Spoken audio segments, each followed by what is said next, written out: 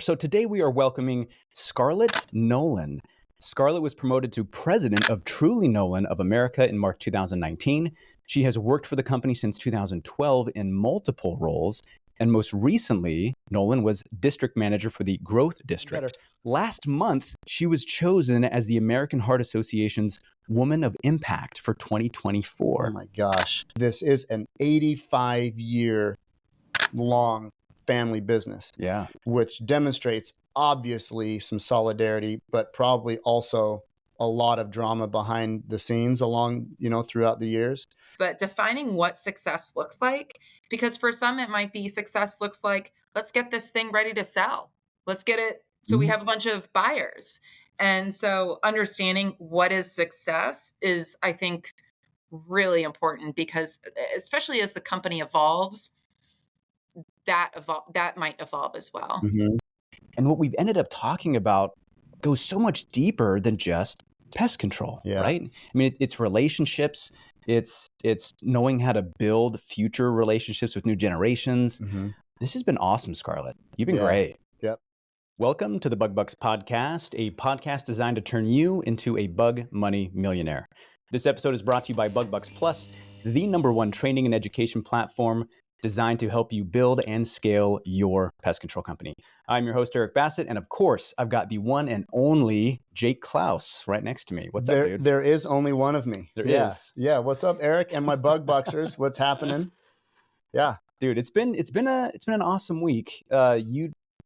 You told me a story that I thought was hilarious this week. I need you to share it with me. Yeah. Okay. So it's the first time in my life that I've purchased bugs.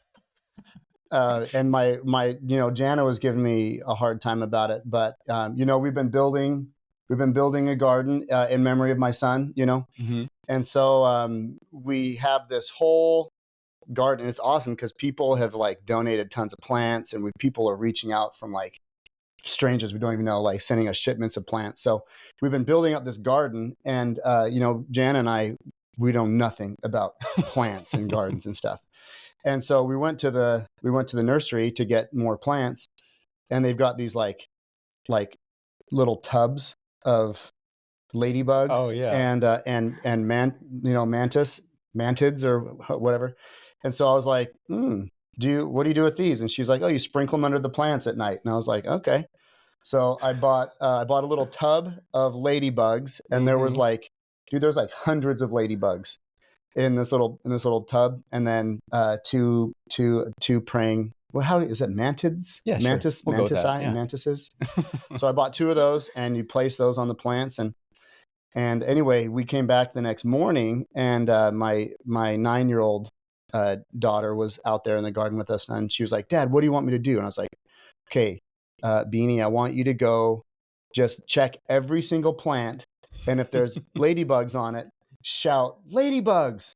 And so she went out, we're working, and she looks at every plant, ladybugs, Dad, ladybugs. So that's my experience from this week. Oh, that's awesome, I dude. purchased insects. Of all the many years where we've paid money to eradicate pest issues, right? You've come full circle where now you are investing money in putting more bugs around your house. More bugs, yeah.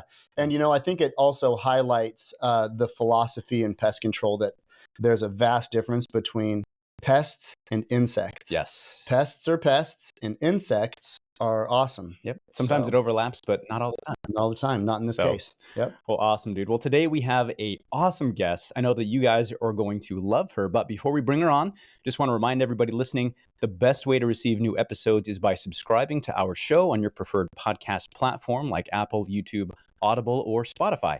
If you love the show, please leave us a rating and a review. Make sure to check out our Facebook group, Bug Bucks Plus. That is BUGBUX Plus.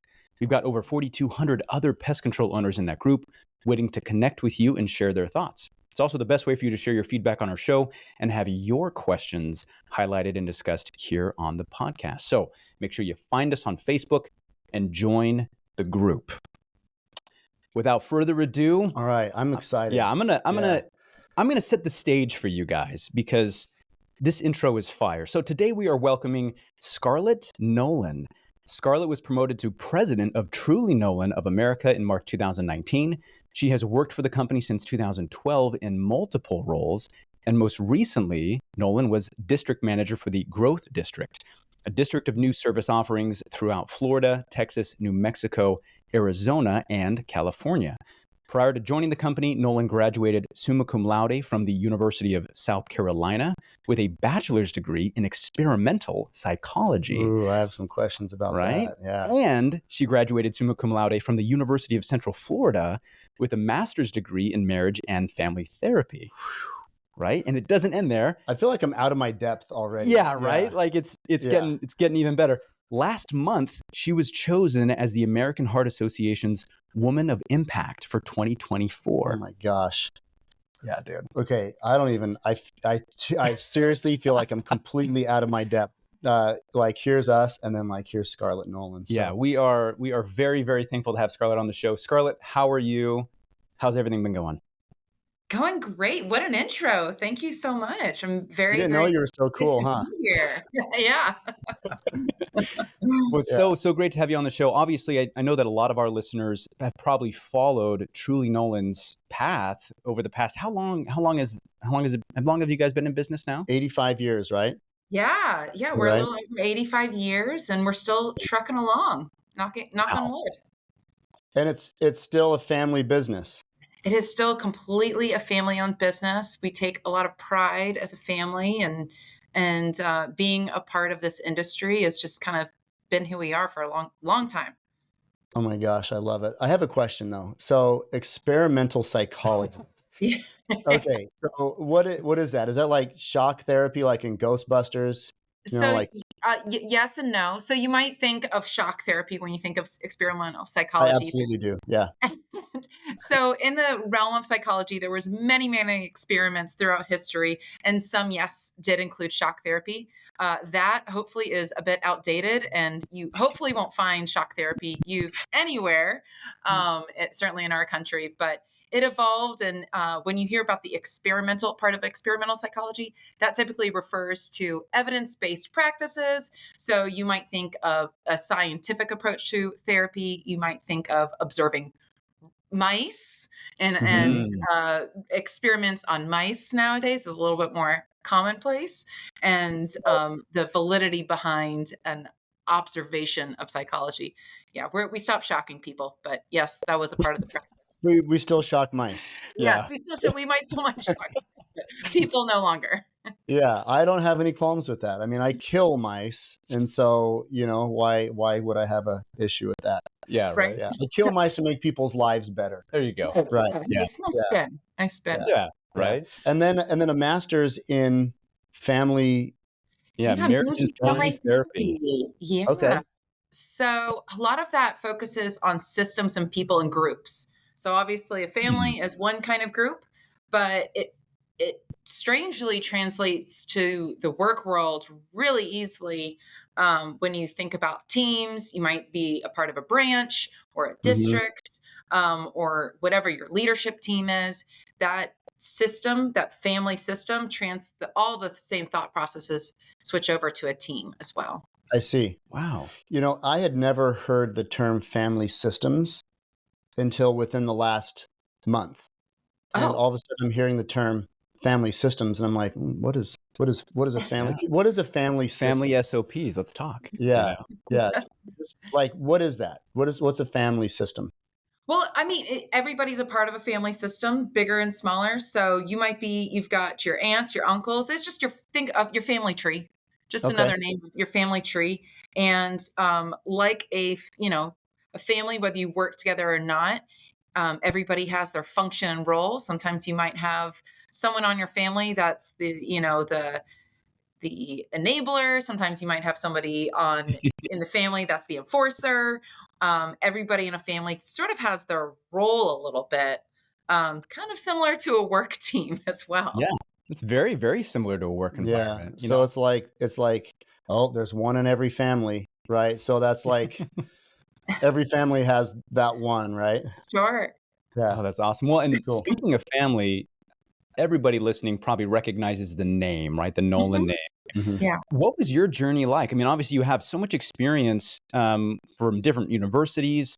I mean, I can kind of tell that I mean, you can kind of shed some light on this. What was your journey like getting into the family business? Right? How did I end up in bugs? So I had my dad was great. My dad, truly, David Nolen, he was fantastic about not really putting any pressure on his kids. There's 8 of us, and he really didn't put any pressure on us to join the industry, the business. He worked for his father, and he knew that game was sometimes some pros and cons. And so there was real no pressure. So I didn't have growing up, I didn't have aspirations or plans on getting to this business, but yet I found myself not only in it, but as the president of the company. So it started off for me just having a genuine interest, kind of, hey, let me learn. I showed up day one, ready to learn. I didn't really know where my career path was going. I just knew I wanted to learn. Um, I will never my first stop and my first ride along. It was like the worst bed bug case I have seen like to date, which I think I've seen it all at this point. So that was the intro, and I just showed up every day with the intention of learning, and eventually, because I had that let me learn a little more, and I was really never content with the seat or what I knew. I always wanted more, more, more.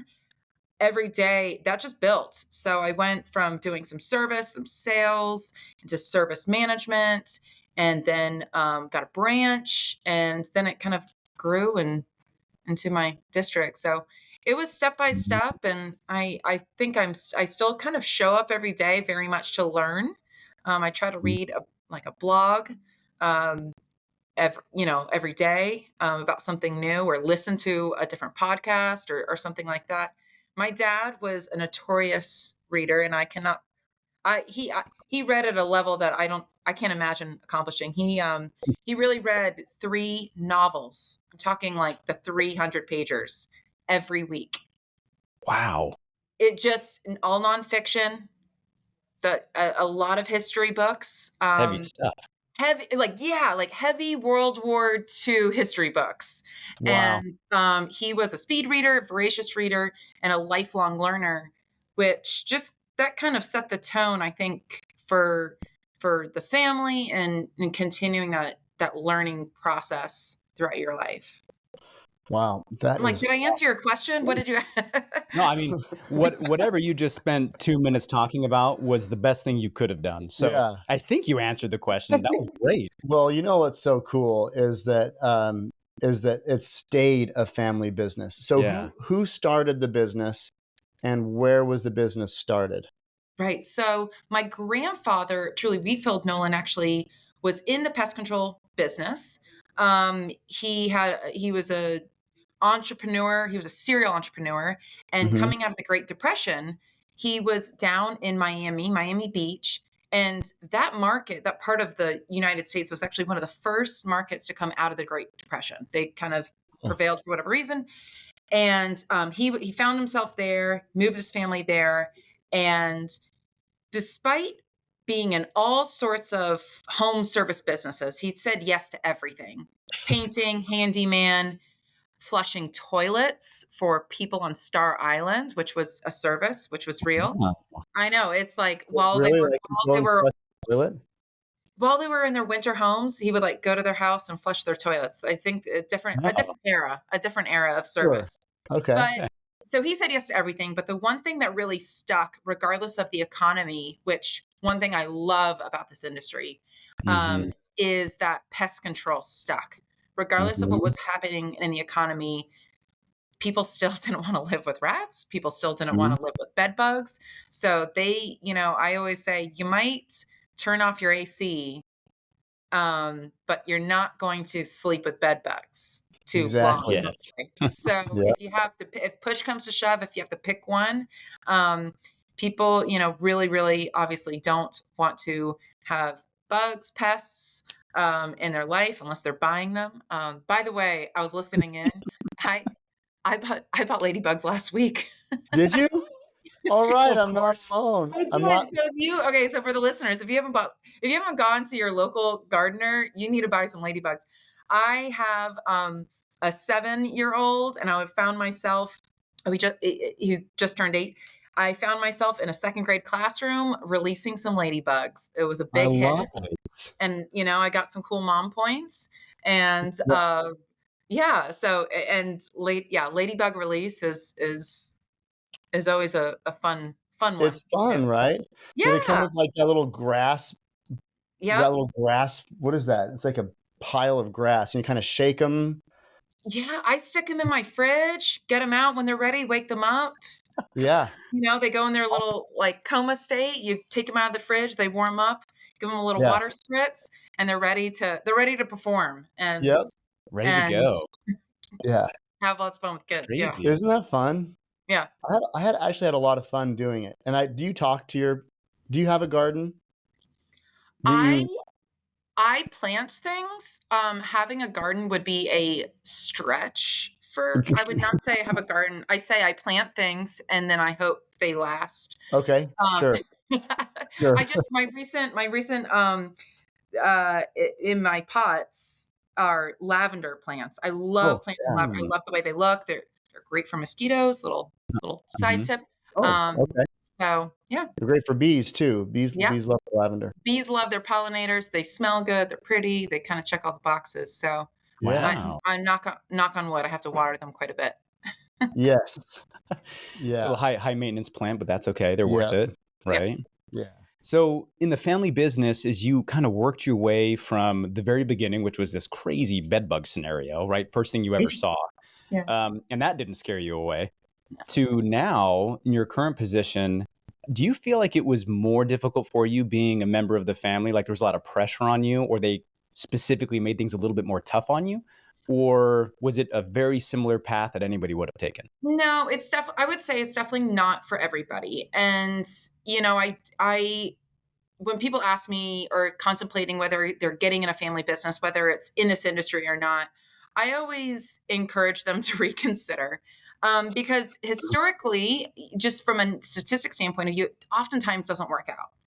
And it's not for everybody. When Mhm. you sign up for being a part of a family business, you need to remember, there's a lot of positives that come from it, but there might also, not in every case, but there might also be some negatives. You might get, work twice as hard for half the credit. And Mhm. we have I love the people I work with. And they're really great to work with. And I think that anybody getting in a family business, you need to do a few things. One, you definitely need to have some candid conversations up front. Oh, And for you sure. Mhm. really, really have to be willing to do the hardest jobs. You have to be willing to do any job and be a little bit comfortable with maybe not getting the praise that you see other partners Mhm. getting, and be comfortable with that. If you're comfortable with those things, then family business might be for you. And setting Yeah. setting up those guardrails. I was actually talking with one of my brothers 2 days ago about guardrails. What are the guardrails? And finding what those guardrails, so to speak, whether they're ethical, or what are the rules of family business. If you have them early on and proactively, then it makes life easier. If you wait to have them until you've reached some artificial benchmark, then it's probably too late. So having them early and often is always a good path to go. Okay, so this is great, and I feel like this would be a great little wiggle off point to just talk about for a second, because we're a family business. Mhm. Mhm. Me and my wife and my wife's brother own the business, and fortunately for us, it's been great because we're all just different enough that we don't really step on each other's toes, and we all have different strengths enough that we don't step on each other's toes, and we're all engaged in the business. But I do know of other pest control companies, or not just pest control, other companies that are family owned that just don't work out. Whether it's Yeah. whether it's an amenable separation or just a total train wreck. Mhm. We've seen it on all sides. So it's really fascinating to hear from you. And I'm going to ask you a question in a second, but it's fascinating to hear from you, who this is an 85-year long family business, Yeah. which demonstrates obviously some solidarity, but probably also a lot of drama behind the scenes along, throughout the years. And also with your family therapy background, I'm sure that you've got a lot of input on this. So if there's listeners out there that are saying, well, shoot, I've got a family business, and me and my so and so family member own this company together, or I'm considering starting a business with a family member. Where do you see the pitfalls most often, and what would you say to those people that are either in that position or considering that position? So one thing you said I think was really, really important was we all have our own strengths. So my sister, Michelle, she sits on my executive team. She's my older sister, and her and I are amazing close friends outside of work. We have loads of things to talk about that have nothing to do with work. And but when we're in our work setting, she's got her strengths. I am not good at the stuff she's good at. I mean, it's just she has a knack for things that I'm like, hey, I've got no business in this arena. Like, Right? she is like a million times more IT savvy than I am. She's detail oriented.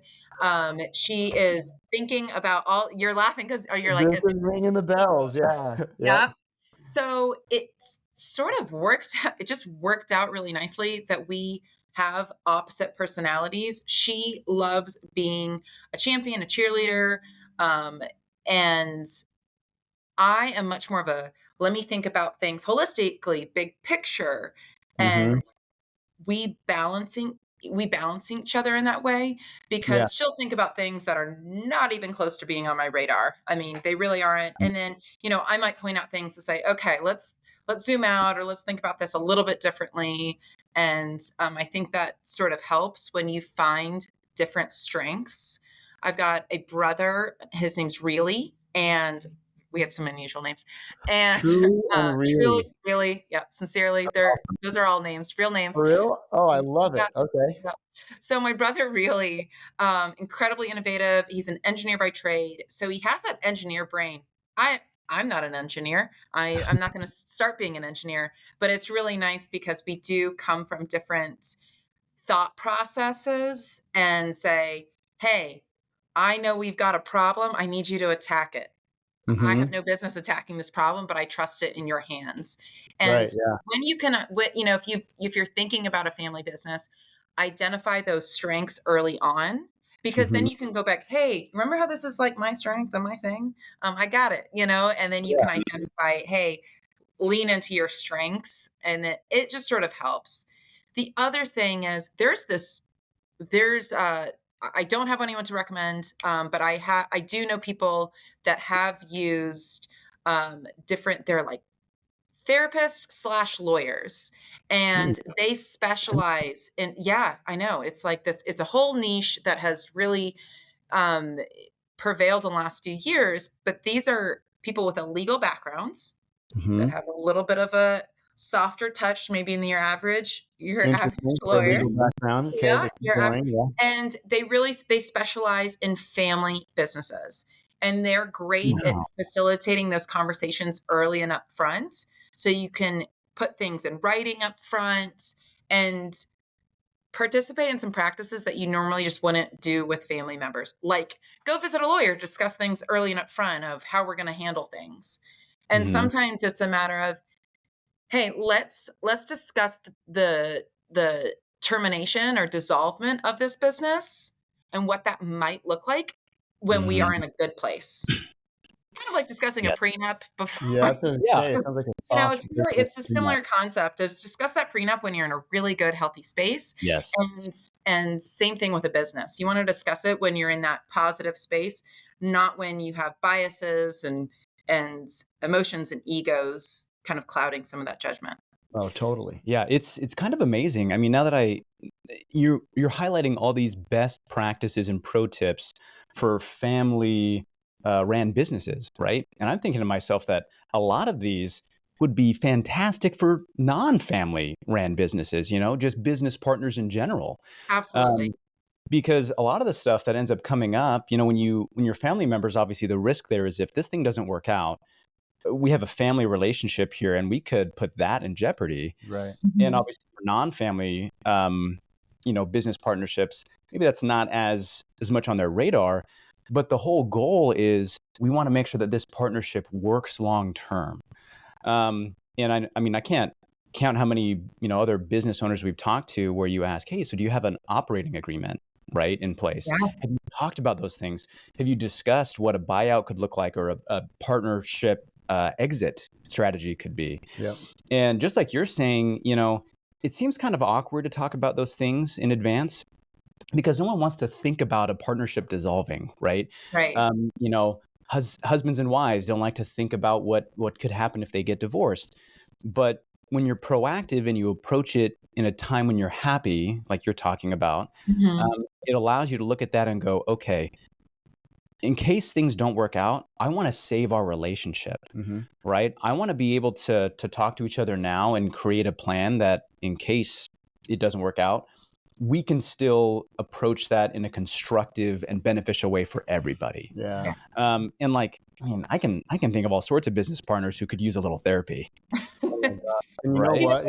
You also have to define like what success looks like, because Right. one partner might say, well, success looks like, man, let's make this thing a cash cow. Great. Yeah. Great path for success. And there's nothing wrong with that. Another partner say, I want to get, to me, success looks like building just an incredible brand that everybody's heard of. I'm okay if we don't have the margins. So having discussions of even regularly, is this a growth year? Is this a profit year? What is the priority? How are we defining success? Is survival? Maybe survival is success. There might be a period of time where survival is, we all went through the pandemic. Survival looked like success to me in a lot of cases. Right. Us too, 2020, I was like, let's just survive. Let's shoot Yeah. for survival. So and then we, of course saw how things panned out.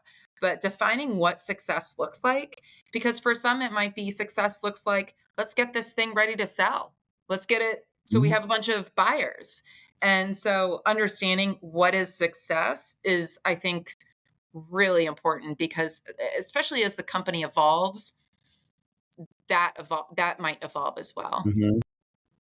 So what you're talking about is just great communication. Yeah. Right. Good old Proactive Good old communication, right? I mean, so that's where your family therapy comes in. And you know what? With that would have been really helpful, because actually Eric is me and Jana's fourth business partner in the 10 plus years that we've been in business. And a lot of that was because priorities might have been misaligned. Roles or descriptions might have been misaligned. And fortunately, two of those previous three business partnerships have, even though they went through a rough patch, relationship wise, now we are as a family like ultra close, right, to those two partners, like ultra close, and Sure. in a way that kind of strengthened our friendship. Kind of like how when girls get in a fight, like that's it, it's over. But when dudes get in a fight, it's like we punch each other and then we're best bros for life, like, so it's kind of turned out like that. But and then there's this other partnership that really just the relationship never recovered. And so what you're describing, like to the listeners out there who are either approaching this type of situation or who are already in it, what you're describing is gold. I mean, if you wrote a book on this, I'm sure that it would be a New York Times bestseller, because everybody experiences this as a business owner and as a family, and family dynamics as well. I mean, it's just some principles that apply there universally. Yeah, 100%. And I think it's really interesting. A lot of people, like you said, Scarlett, when somebody asks you like, hey, do you think I should go into business with my brother, sister, dad, uncle, whatever, and you're like, oh, I don't know about that, right? Like the initial instinct is, I'm going to pull back here. Right. But it'd be so nice because sometimes the convenience and the benefits there could be really good, but you have to have kind of a proactive game plan ahead of time to go into it. Otherwise, you're going to fall into these pitfalls that you're describing. Yeah. It could be So magic, or it could fall apart. And this industry, I think I've seen, to me, this industry has more families, more family businesses, especially in the United States, than it seems like any other industry.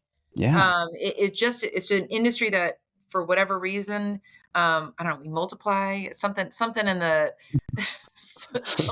something in the borate. We just all want to be a part of it. So, I think this is really important people to think about, and whether you're actually related to your business partner. I mean, your business partner is one of the most intimate relationships you're going to have, other than Yeah. maybe a spouse. And it is really important to think about these things and not jump into it. Say, oh, we're just going to kill some bugs today. It's so much more. There's so many more dynamics to consider than that. Yeah, totally. Well, and you brought up something that was really important when it comes to defining success. We've had lots of conversations with people where we help them track their team's progress, right? Where it's like, hey, Mhm. like your team needs to know when they're winning, when they're losing, and what those things are. Otherwise, they get lost in the mix of things, Yeah. right? Right. And so defining success and understanding what your priorities are as a business owner with your partner, I mean, that comes from the top all the way down through all your frontline colleagues, right? All your frontline employees. Being able to have those conversations and understand that on a very intimate level with your business partner can make such a huge difference. Like you said, some guys are like, hey, I want to risk everything and race as hard as I can to $10 million or whatever Yep. the number is, right? And other guys are like, well, wait a minute, like I want to have a more work-life balance and I'm okay living comfortably on X amount of dollars a year, Right. right? Mhm. And those are both Yeah, success in their own right. Like those are Totally. both things that are successful, but it's, well, what is success to you yeah. is really hard to align. And Mhm. that's I think where our business partners, when the goal of success looks different, then that's when things start to splinter. Totally. Yep. Yeah. Yeah. So what for you guys right now, I mean, you guys are at the helm of a big ship, Yeah. right? And obviously you have all these important people that you've surrounded yourself with, family members, and other key employees. What are you guys focused on right now? What's the big thing that is the hairy thing in all your meetings you're trying to tackle? Yeah. So this sounds a little trite, but culture. So we have a leadership meeting going on right now, a leadership class, and we are talking about stewardship. We are talking about communication to customers and within our team. We're talking about just how do you drive and shape culture, and Mm, that is something that you're never like done. You're never like, oh, that project is done. It is always something we're chipping away at and working on, and just continuing to feed that. That's my garden, my culture garden. I might not mhm. any any tomatoes growing, but my garden, feeding my culture garden. So if I kind of feel like culture, the topic of culture has really popped up only in like maybe the last decade. Is that just in my own memory, or does it seem like that's kind of the case? I think that it's become, in the last decade, a make or break concept. So while some companies had great cultures, Coca-Cola was as a company to study when it comes to culture, because they were driving culture 30, 40 years ago, and Right. they had cultural initiatives that 30, 40 years ago that sound very common that sound current today, but at the Mhm. time they were so ahead of their time. And I think that there are certain companies a while ago that it was optional to drive culture, was very optional. And well, I suppose they all had culture, whether it was intentional or unintentional is maybe like Mm-hmm, mm-hmm. different. So when I say culture, I think we're meaning like intentional culture, right? Right. So but in the last 10 years, I think that intentional culture is now, it's not just optional, it's a requirement. Mm-hmm. And companies finding their sea legs in that requirement is kind of interesting, because the macro economy went through this. Okay, every company has to have their purpose. That was like a big, like there was a Mm-hmm. analogy, if you saw like the X and Y companies, and the Y companies had their purpose, X companies were a bit more transactional.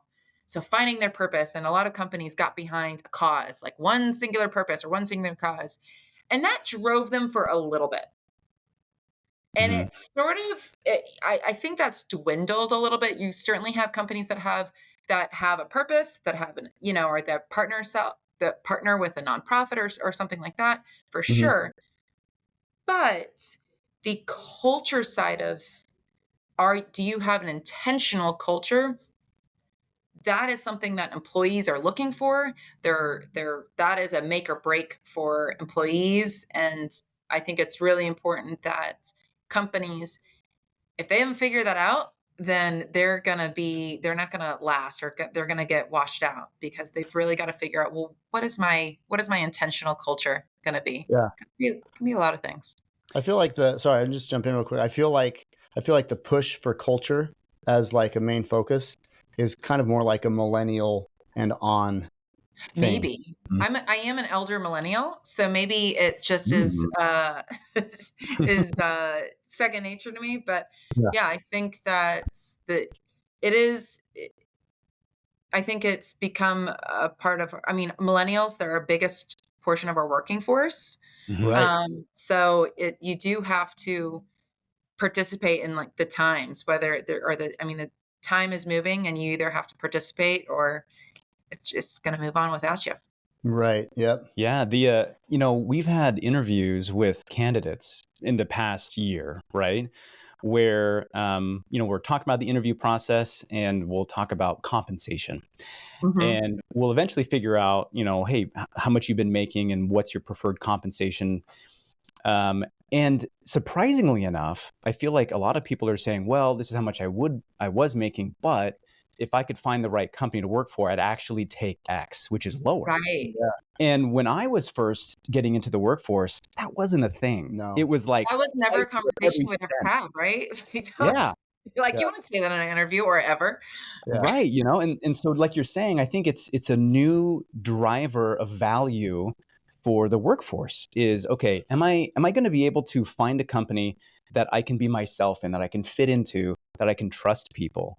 We had a company meeting a few months ago, last quarterly meeting. And we had a Yeah. discussion about kind of building culture, like making that connection, Mhm. right? And I think that the simplest thing is that everybody needs a fair wage, right? Everybody needs to feel like they have fair compensation. And it's not necessarily the best compensation, but it's got to be a fair trade for the work that they do.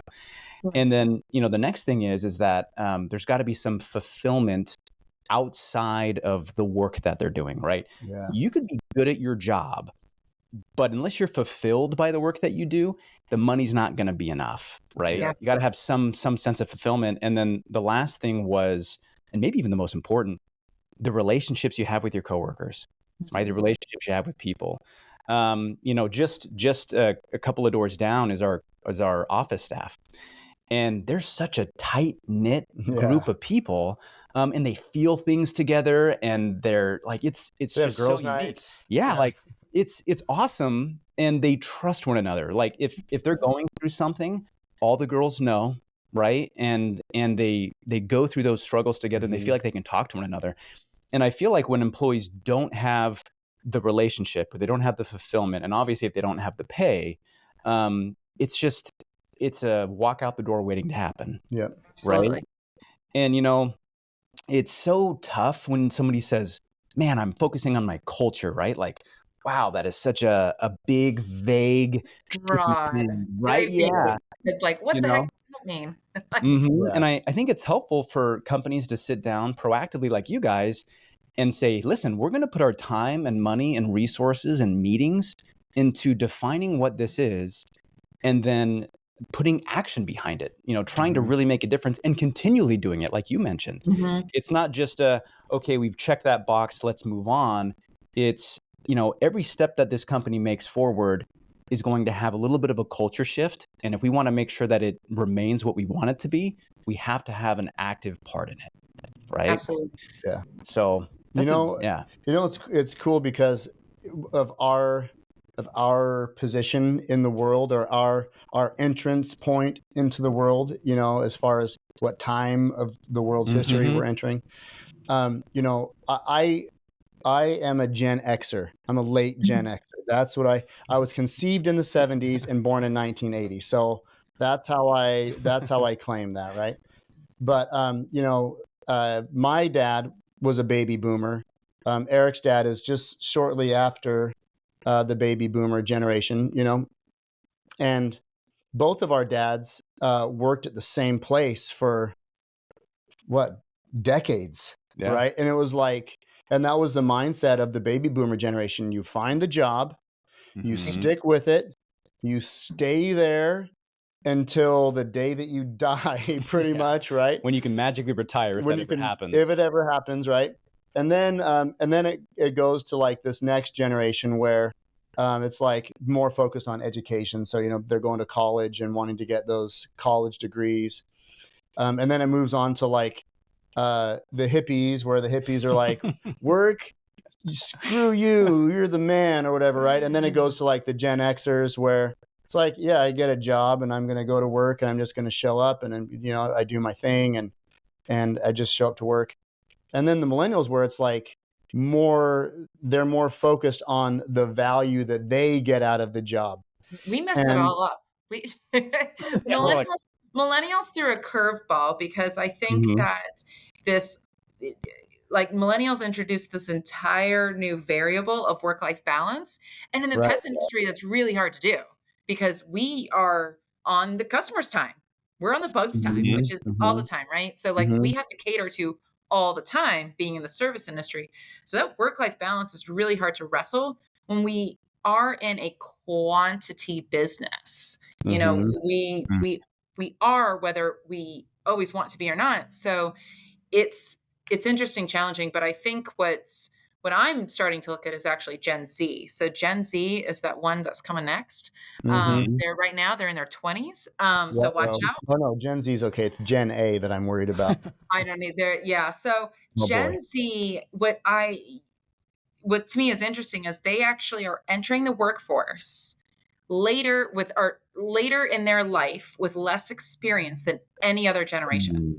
So you and me probably maybe had an internship or a summer job, certainly, probably entered the workforce around 18-ish. A lot of Gen Zers, this next generation, they went to, like, instead of getting a summer job or an internship or, working their way through school, they had the pandemic. So like they weren't getting a job, right? Like they were at home. So their first job might be like when they're 23, 24, which is way later, certainly than any boomer who maybe started working when they were 10, and later than a Gen Xer when you probably started working when you're like 14, 15. 14, I was riding my skateboard to McDonald's, right? Right? Yeah. 14 years old, 14 local bike shop, right? Yeah. Most millennials started somewhere around the 17, 18, 19 phase. And now they are just a little bit later that they're entering the workforce, just later. So, it's an interesting group to work with, because their priority is not necessarily work-life balance, although they do like that. It's having fun all the time. Oh gosh. So got to be enjoyable. Got to be enjoyable. Contradictory to the Gen Xers that are kind of known for they grind it out. They're the hard worker group, the generation. And so, but we'll see what comes. There's still a small percentage of the workforce, but they're coming. Yeah, we're going to have to be able to pivot and change a little bit. We've noticed a little bit of that during interviews sometimes, especially with these ones where, you talk to them over the phone and they seem interested and you're like, great. So you schedule an interview and then they like no show. and you're like, I would never do that. Or they like, show up with like torn jeans and, yeah. and you're like, It's just so interesting because obviously if we want our businesses to be able to continue on like Truly Nolen for 85 years, we have to be willing to pivot and navigate some of these generational differences, right? Yes.